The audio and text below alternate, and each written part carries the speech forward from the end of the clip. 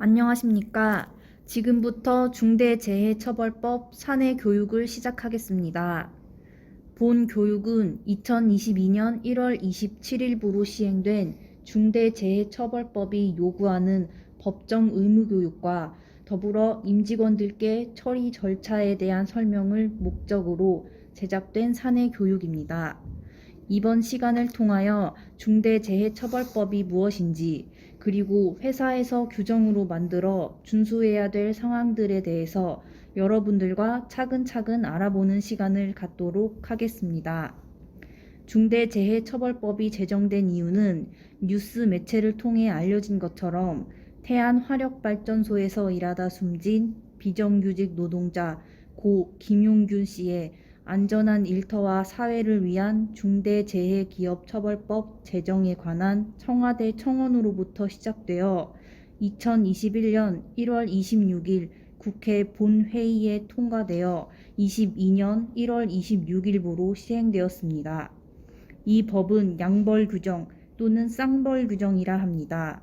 안전사고로 노동자가 사망할 경우 사업주 또는 경영 책임자에게 1년 이상의 징역이나 10억 원 이하의 벌금이 부과되고 추가로 법인도 50억 원 이하의 벌금을 부과할 수 있는 중복 처벌이 가능한 법입니다. 또한 노동자가 다치거나 질병에 걸릴 경우에도 7년 이하 징역 또는 1억 원 이하의 벌금에 처하는 법이기도 합니다. 그리고 중대재해처벌법이 모법이 되는 산업안전보건법도 반드시 준수하여야 합니다. 본 교육에 앞서 교육 내용에 대한 간략한 진행 순서를 안내 드리겠습니다. 첫 번째로 제정 배경, 주요 내용 및 처벌에 관한 사항에 대하여 소개하는 시간을 갖도록 하겠습니다. 다음 순서로는 중대재해처벌법이 요구하는 의무 교육에 대한 구체적 내용과 시행 방법을 안내 드리도록 하겠습니다. 세 번째 순서는 중대재해처벌법이 요구하는 핵심 내용으로 회사의 업무 내용과 특성을 고려한 위험성 평가에 대한 세부 절차에 대한 교육 시간을 갖겠습니다. 마지막 순서는 위험성 평가 플로어에 대해 알아보고 이 과정을 종료하도록 하겠습니다. 목차를 살펴보도록 하겠습니다. 1. 중대재해처벌법 요약. 2. 회사 의무교육 범위. 3. 위험성 평가의 종류. 4. 예정 공정표를 기반으로 평가 업무 시기 분석. 5. 위험성 평가를 위한 교육 및 회의 개최. 6. 위험성 평가를 위한 교육 자료. 7. 예정 공정표를 기초로 작업 절차서 작성. 8. 작업 절차서에 의한 유해 위험 정보 조사표 작성. 9. 유해 위험 크기 결정. 10. 위험성 평가 및 결정. 11. 위험성 평가 플로우. 이상 목차를 살펴보았습니다. 이번 챕터는 중대재해처벌법에 대한 요약을 소개하는 시간을 갖도록 하겠습니다. 앞으로는 중대재해처벌법을 편의상 중대법이라고 말씀드리겠습니다. 중대법은 2022년 1월 27일부터 시행된 강행 법규로서 반드시 준수하여야 하는 강행 의무를 포함하고 있는 법률이라 말할 수 있습니다. 제정 배경은 안전, 보건 조치 의무를 위반한 사업주 등의 처벌을 규정함으로써 근로자를 산업재해로부터 보호하고 안전보건 확보가 준수되고 있는지 확인하는 법이라 말할 수 있습니다. 구성은 보시는 바와 같이 제1장 총칙, 제2장 중대산업재해, 제3장 중대시민재해, 제4장 보칙으로 구성되어 있습니다. 특히 우리 회사는 공중이용시설 및 교통이동수단의 설계, 제조, 설치 등을 규정하는 중대시민재해보다는 중대산업재해에서 요구하는 법률 조건에 해당됩니다.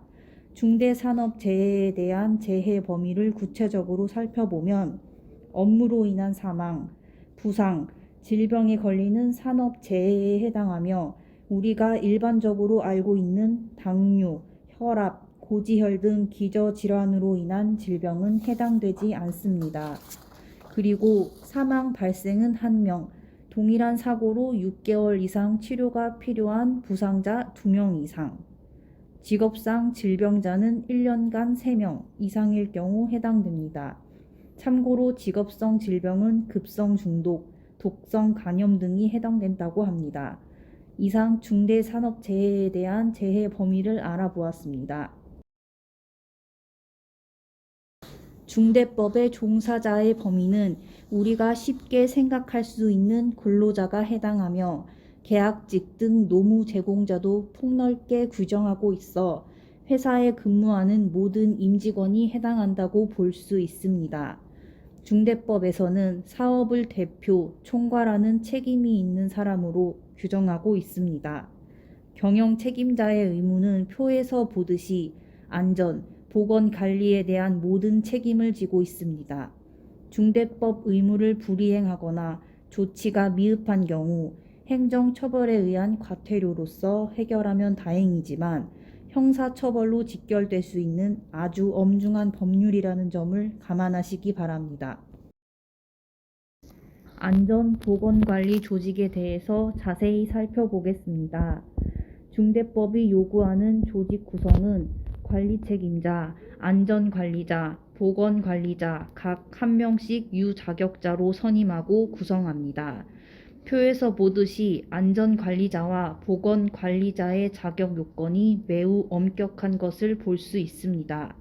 안전보건관리자는 회사의 여건 및 수급의 어려움이 있을 경우 안전보건관리 전문기관에 업무 위탁도 가능합니다. 우리 회사의 안전보건관리 조직에 대해서 말씀드리자면 다음과 같습니다. 회사의 안전보건관리 조직의 명칭은 산업안전보건위원회입니다. 위원회 구성은 관리책임자, 안전관리자와 보건관리자, 기획관리자, 관리자, 부관리자로 회사 상황에 따라 탄력적인 운영이 가능하도록 편성하였습니다. 위원회 보직에 대한 위촉과 관련하여 관리책임자는 사장으로 하며 안전관리자와 보건관리자는 회사에서 관리 전문기관에 위탁할 예정입니다. 기획관리자는 기획관리실에서 사내 안전보건관리 규정과 관련된 모든 업무를 담당합니다. 관리자는 각 본부의 본부장으로서 본부의 위험성 평가와 관련된 모든 업무를 담당합니다. 그리고 마지막으로 부관리자는 본사, 본부의 팀장과 시공 감리 현장의 소장 및 단장으로 위험성 평가와 관련된 모든 업무를 담당합니다. 보직의 위촉은 사내 안전보건관리 규정에 따라 별도의 위촉 절차를 거치지 않고 위원회 당연직의 업무를 수행하게 됩니다. 앞서 말씀드린 바와 같이 중대법은 행정처벌이 아닌 형사처벌에 처하는 매우 엄중한 법률이라 말씀드렸습니다. 만약 회사에서 사망사고가 발생할 경우 1년 이상 징역 또는 10억 이하 벌금에 처하게 됩니다. 부상사고는 7년 이하의 징역 또는 1억 원 이하 벌금으로 처벌할 수 있습니다. 여기에 더욱 엄중한 사실은 양벌 규정으로 회사와 사업주를 동시에 처벌한다는 뜻입니다. 법인이 부과해야 하는 벌금도 50억과 10억으로 결코 적은 금액이 아닙니다. 손해액의 5배를 넘지 않는 범위 내에서 손해배상을 할 수 있습니다. 이번 챕터는 여러분들이 반드시 숙지해야 할 신규 교육 과정과 정기 교육에 대한 설명의 시간을 갖도록 하겠습니다. 중대재해처벌법 시행의 첫 걸음은 교육으로부터 시작합니다. 교육의 종류는 안전보건교육, 관리책임자 직무교육, 안전보건관리자 직무교육, 안전보건 이수교육 5개의 교육으로 구성됩니다. 신규 채용 및 기존 직원은 최초 8시간 교육을 받아야 하며 추후에는 신규 교육을 받지 않아도 됩니다. 여러분들이 받아야 하는 신규 교육은 1차로 전 직원에게 공지한 사내 안전보건관리 규정을 숙지하는 것으로 2시간 교육 수료료 가름하며 현재 2차로 교육 중인 산업안전보건교육원에서 하고 있는 인터넷 2개 과정 총 6시간 교육을 진행하고 있습니다. 2번에 걸친 교육 시간을 합하면 8시간이 충족되며 금년도 신규 교육을 종료합니다.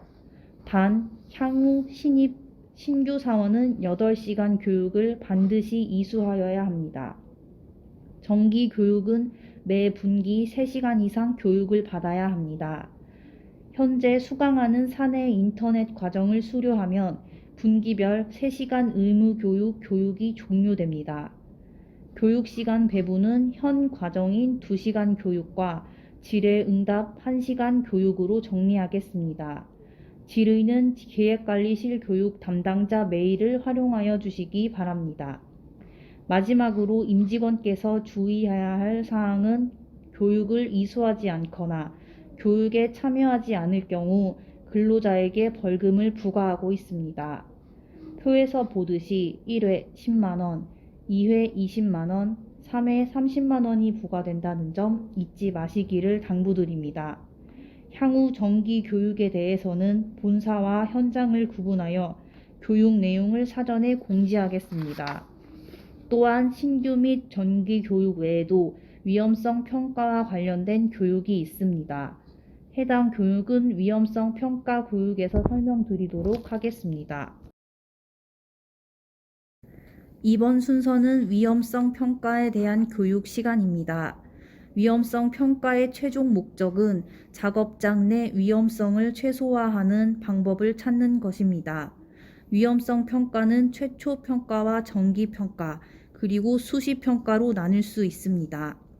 최초 평가는 수주된 프로젝트 착수 전에 시행하는 최초 위험성 평가이며 정기 평가는 매년 초에 진행 중인 모든 프로젝트에 대하여 정기적으로 시행하여야 하는 평가를 말합니다. 수시 평가는 진행 중인 프로젝트에 당초 예정 공정표에 없는 신규 또는 추가로 공정이 발생한 경우에 실시하는 평가를 말합니다. 신규 또는 추가로 발생한 공정은 본사의 경우 현장 조사를 의미합니다. 도표에서 보듯이 위험성 효과가 가장 큰 것은 위험성을 제거하는 것이 효과가 가장 크지만 현장 여건상 물리적으로 쉽지 않을 것입니다. 표에서 나오는 단어는 위험성 평가에 있어 자주 사용하는 용어로 예를 들어 살펴보겠습니다. 제조, 시공 현장 등에서 작업 공정과 절차가 무수히 많기 때문에 적당한 예를 찾기가 매우 어려웠습니다. 그래서 예를 적용함에 있어서 이해하기 쉽게 제조 분야를 적용하여 설명할 수밖에 없음을 이해해 주시기 바랍니다. 제거는 효과가 가장 크지만 실질적으로 공사 현장에서는 제한적일 수밖에 없습니다. 제조 공장을 예로 들자면 밀폐 공간, 작업장을 오픈 공간으로 구조 변경하는 것만으로도 제거가 가능할 것입니다. 대체는 위험 물질을 변경 사용하는 것으로 예를 들면 화학 물질인 메탄올을 에탄올로 대체 사용하는 것을 말합니다. 공학적 통제는 방호 장치 또는 환기 장치 등을 사용하여 위험 요소와 작업자를 격리하는 것을 말하며 행정적 통제는 작업 절차서 정비 또는 작업 허가제 도입 등 작업 방법을 변경하는 것을 말합니다. 마지막으로 PPE는 Personal Protective Equipment 약자이며 개인 보호구를 뜻합니다. 위험 요인별로 복수의 방안을 검토해야 되며 위험 요인 제거 방안은 맨 처음에 위험 요소를 제거하고 이것이 불가능하면 위험 요소 대체하고 이것 또한 불가능하면 통제를 통하여 위험 요인과 작업자를 분리하고 더불어서 작업 방법을 변경해야 합니다. 이상으로 위험성 평가의 종류와 위험 요인 제거 순서를 알아보았습니다. 위험성 평가 첫 단계로 신규 프로젝트를 수주하게 되면 발주처에 착수계를 제출하게 되어 있습니다. 착수계에는 여러 문서 중에 예정 공정표가 포함되어 있습니다. 그리고 예정 공정표와 별도로 사내에서는 실행 예산서를 작성하고 결제를 득하여야 합니다. 본 예정 공정표 예시는 다른 공정은 삭제하고 현장 조사 부분만 발췌하여 포기하였습니다. 예정 공정표를 보시면 현장 조사 기간을 알 수 있고 현장 조사 방법을 유추할 수 있습니다. 또한 현장 조사 방법에 따라 작업 절차서를 작성하고 안전관리비를 산출하여 실행 예산서에 반영할 수 있습니다. 그리고 현장 조사 전 교육 시기도 파악할 수 있습니다. 지금부터 네 종류의 예정 공정표 작성 예시를 들어 자세한 설명을 시작하도록 하겠습니다. 첫 번째 예시는 당해년도 3월의 착수, 당해년도 11월 준공 프로젝트에 관한 내용이며, 두 번째 예시는 당해년도 2월에 착수하여 익년 4월에 준공된 내용이며, 세 번째 예시는 직전 연도 6월에 착수하여 익년 4월 준공하는 프로젝트입니다. 첫 번째 예시부터 세 번째 예시는 본사 설계본부에 적용되는 예정 공정표에 대한 예시이며, 마지막 네 번째 예시는 감리 및 시공 현장에 적용하는 예시인 점을 감안하시기 바랍니다. 작성 방법에 대하여 예시별로 자세히 살펴보도록 하겠습니다. 예시 1은 당해년도 3월에 착수하여 당해년도 11월에 준공하는 프로젝트로서 3월 착수 시 작업 절차서, 최초 위험 평가, 안전보건관리비 및 실행 예산서를 작성합니다. 그리고 6월 현장 조사 시 5월 말에 안전과 관련된 현장 조사 교육을 실시합니다. 예시 2는 당해년도 2월에 착수하여 익년 4월에 준공되는 프로젝트입니다. 2월 착수 시 작업 절차서, 최초 위험성 평가, 안전보건관리비 및 실행 예산서를 작성하고 4월 현장 조사 시 3월 말에 안전과 관련된 현장 조사 교육을 실시합니다. 그리고 익년 1월에 정기 위험성 평가를 실시하고 2월 현장 조사 시 1월 말에 안전과 관련된 현장 조사 교육을 실시합니다. 예시 3은 직전 연도 6월에 착수하여 익년 4월에 준공하는 프로젝트입니다. 1월에 정기 위험성 평가, 작업 절차서, 안전보건관리비를 작성하고 4월에 현장 조사 시 3월 말에 안전과 관련된 현장 조사 교육을 실시합니다. 9월에 실시하는 단순 현장 조사의 경우에는 위험성 평가와 교육은 실시하지 않습니다.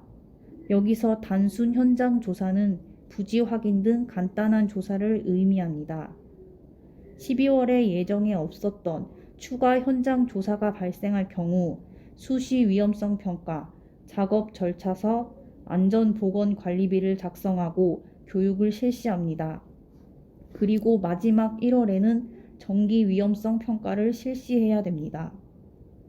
예시 4는 감리 및 시공 현장 예정 공정표로서 위험성 평가, 작업 절차서, 안전보건관리비 작성해야 합니다. 단, 위험성 평가 시기는 현장 상황을 고려하여 실시합니다. 지금까지 이번 챕터에서는 시기별로 우리가 해야 될 예정 공정표를 기반으로 평가 업무 시기를 알아보았습니다.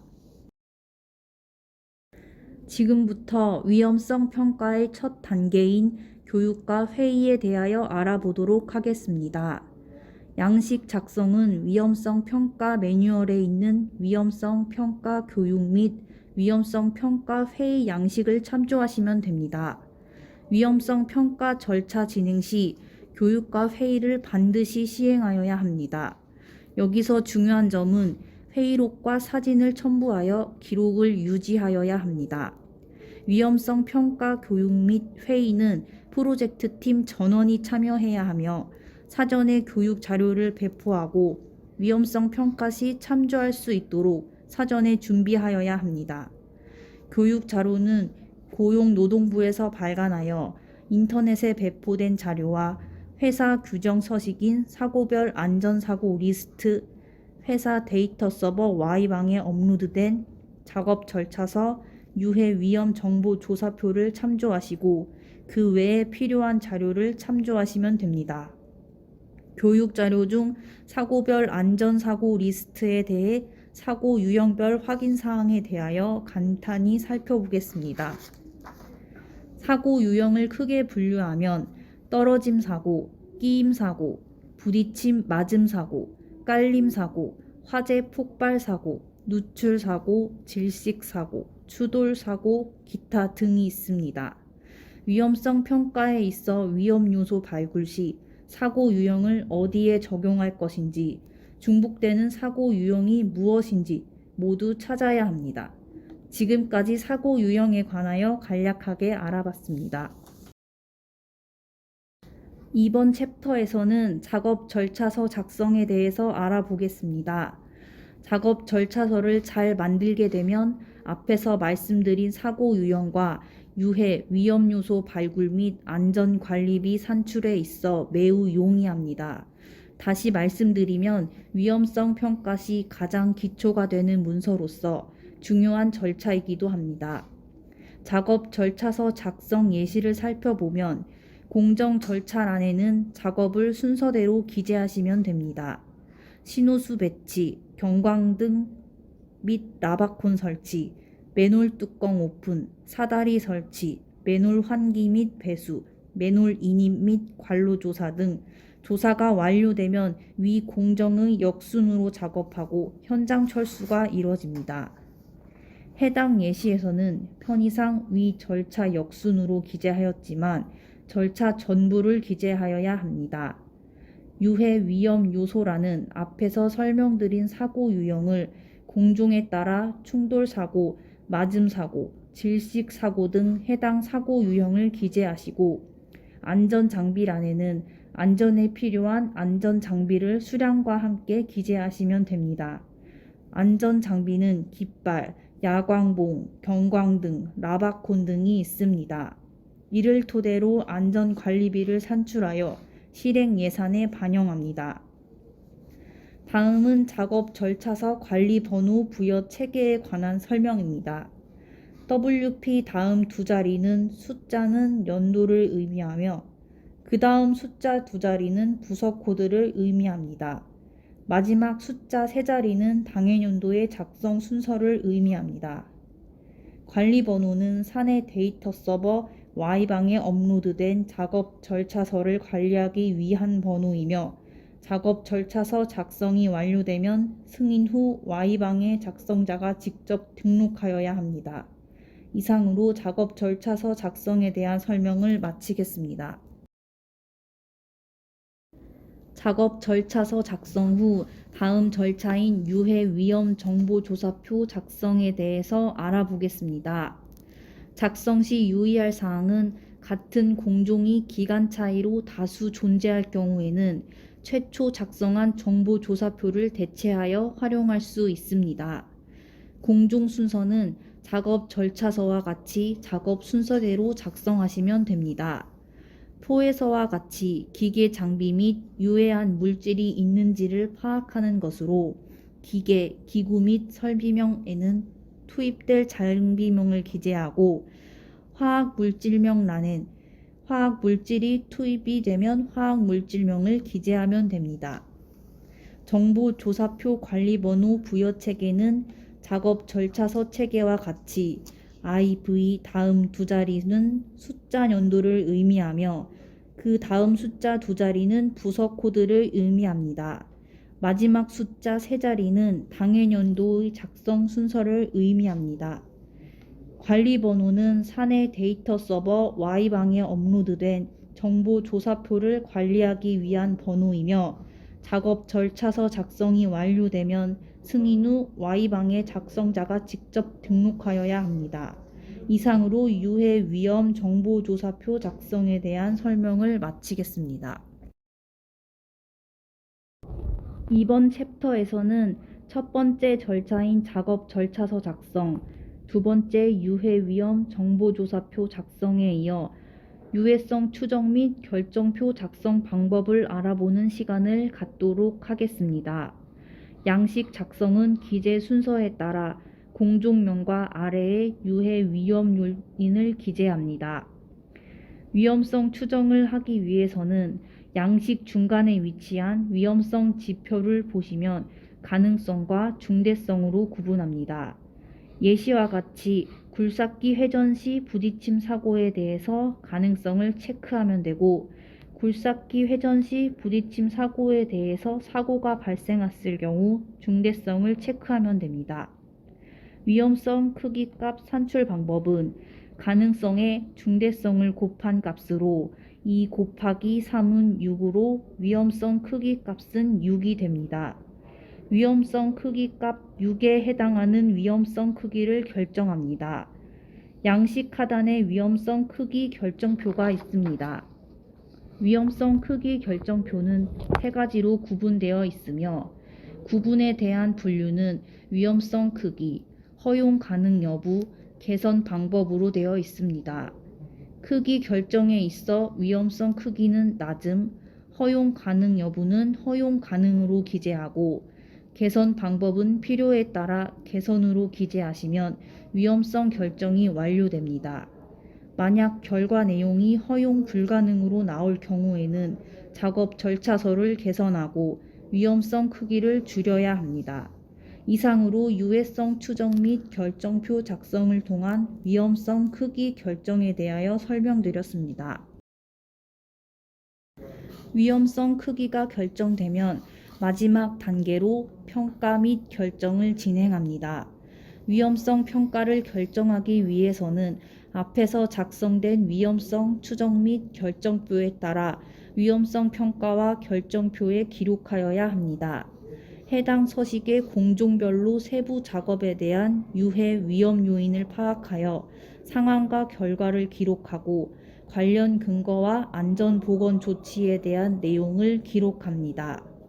위험성 평가 매뉴얼에 따라 위험성이 개선에도 불구하고 상위 수준에서 내려오지 않을 경우에는 감소 대책을 수립하고, 개선 후 위험성을 기록하여 개선이 완료되면 기록 확인 후 종료합니다. 이상으로 위험성 평가에 대한 모든 절차는 종료됩니다. 위험성 평가가 종료되면 작성된 문서를 순서대로 편철하여 결재를 득하고 필요시 위험성 평가 결과를 게시함으로써 최종 종결됩니다. 이번 교육의 마지막 챕터로 위험성 평가 절차에 대하여 전체적으로 리뷰하고 정리하는 시간을 갖도록 하겠습니다. 첫 단계는 작성된 예정 공정표를 기초로 현장 일정을 파악하고 위험성 평가 교육 및 회의를 진행합니다. 팀원 전원이 참석하여야 되는 점을 반드시 감안하시기 바랍니다. 두 번째 단계는 작업 절차서를 작성하고 작업 절차서에 따라 유해 위험 정보 조사표를 작성합니다. 작성 및 승인된 절차서와 조사표는 사내 파일 서버 Y방에 관리 번호를 기재하고 작성자가 직접 업로드하여야 합니다. 다음으로는 유해성 추정 및 결정표를 작성하여 위험성 크기를 결정하고, 최종적으로 위험성 평가 및 결정표를 작성하시면 평가가 종결됩니다. 위험성 평가가 종료되면 평가 갑지인 표지를 작성하고 작성된 문서를 순서대로 편철하여 관리 번호를 부여 후 결재를 득합니다. 관리 번호는 현장 조사 등 사유로 출장을 갈 경우에는 반드시 출장 명령서에 기재하여야 합니다. 지금까지 영상을 시청해주신 임직원께 감사의 말씀을 드리며 중대법 사내 교육을 마치도록 하겠습니다. 감사합니다.